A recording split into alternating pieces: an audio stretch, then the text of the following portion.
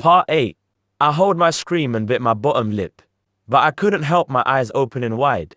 How was His Majesty in Flower Fence Palace? And in my room? And why was I using His Majesty's lap as a pillow? I was shocked to see His Majesty was uncomfortably leaning on the wall and sleeping. No way.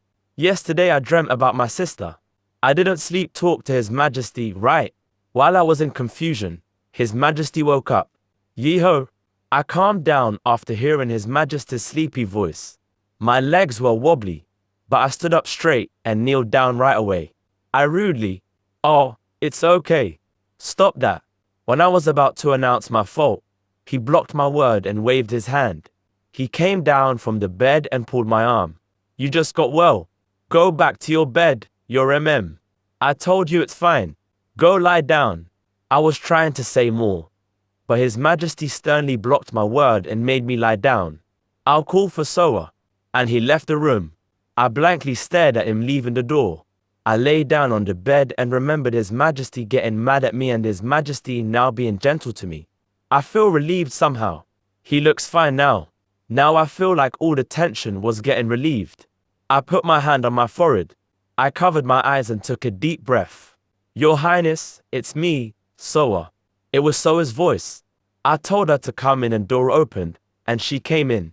"I brought your medicine, Your Highness. You have to drink it before it gets cold. And after that, you need to eat porridge." I smiled at her. "Thanks, Soa." She replied by nodding her head. I finished the medicine that Soa gave me and put it down on the tray that Soa was holding. Soa handed that tray to another young maid and got a wet towel and gave it to me. I washed my face and neck, and a bowl of porridge came in. The tray was placed on my knee, and Soa gave me a spoon. "No, it's okay. I'll do it." I got the spoon from Soa's hand, and she went to open the window. The sunlight brightened the room. "It's bright. It's because it rained yesterday." "Oh, it rained while I was unconscious." "Yes, Your Highness." "How about His Majesty?" I thought His Majesty went to his room to get his breakfast. But what Soa said made me put down the spoon. "He is with the doctor who took care of you.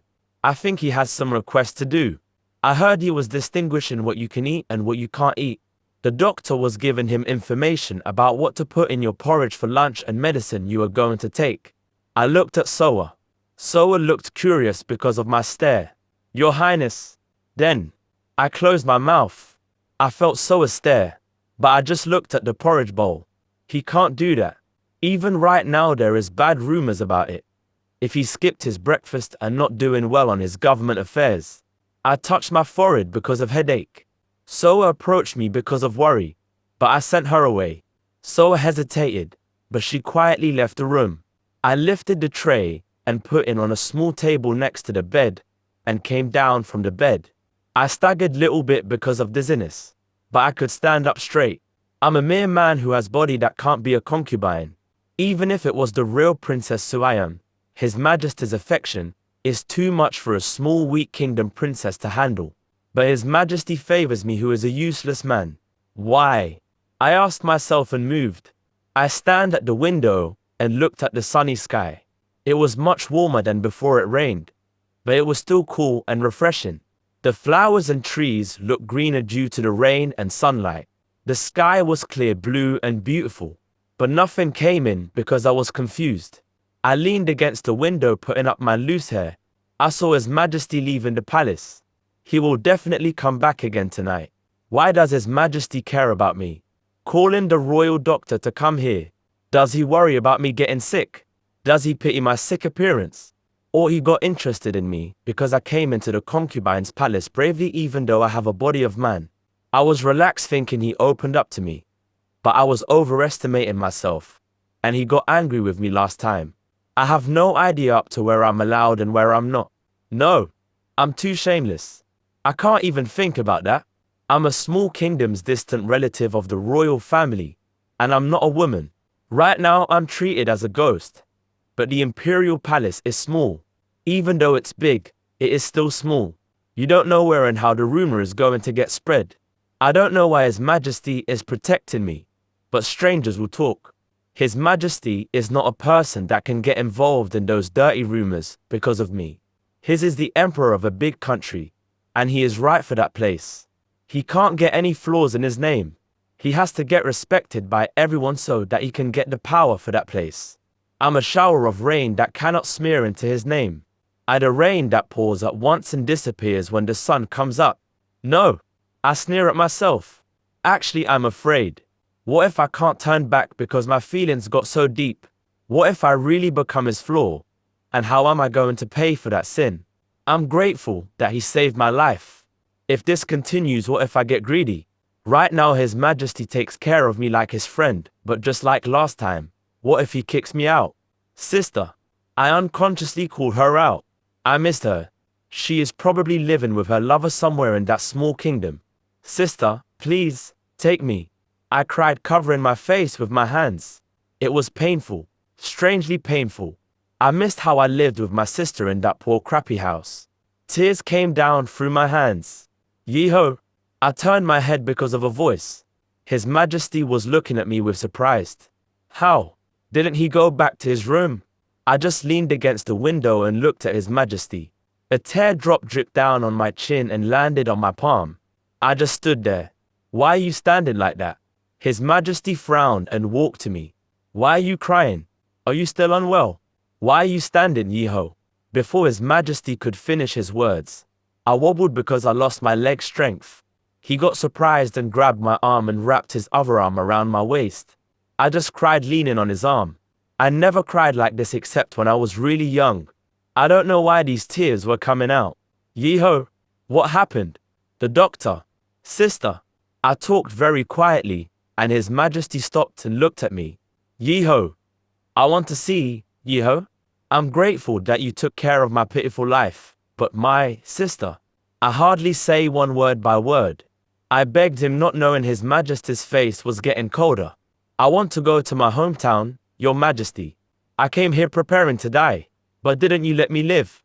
So spare me once more. Send me. Do you miss? His Majesty's voice was gloomy and aggressive like I never heard it before. Your sister. I blankly stared at His Majesty's black pearl eyes. His eyes really looked like a marble. Nothing was showing inside. I got a chill looking at those eyes because I felt something bad is going to happen. So you want to go back? Your Majesty? Did you just say you want to leave this palace and this country? I couldn't say any word and just stared at him. He slightly touched my skinny cheek. I will plant magnolia tree in this flower fence palace. It will bloom every year. You said magnolia looks like your sister. So I will do that. Your Majesty, I can't do anything more than that. Yeeho, I don't think you know it well, but I don't have that big heart. Your Majesty, please. I hold his sleeve and kneeled down. Please, I don't expect more. I'm okay without anything. Just let me go out. He grinded his teeth because of what I said. I trembled, but I didn't let go of him. If you were scared because I got angry, I'll never do it again. He grabbed my hand that was holding the sleeve tightly.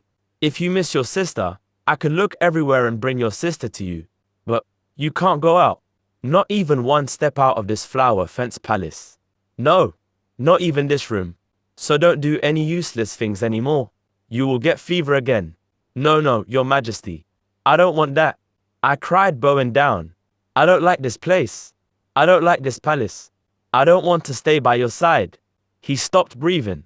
I closed my eyes, shivering my shoulders. You can kill me. I defied your order and rejected you. You can kill me. Just don't let me stay by your side. This palace is too big and scary for this useless man to handle. And you are too high and precious. You. His insensible voice dropped on me sometimes. You push me to my limit. There was no one who could do that. You have some talent. I was trying to beg him again, but his hand tightly grabbed my arm and roughly brought me up. Ugh. I got dragged like a dry straw doll, and His Majesty threw me to my bed. His skinny but thick hand approached me and ripped my jigori. Your Majesty.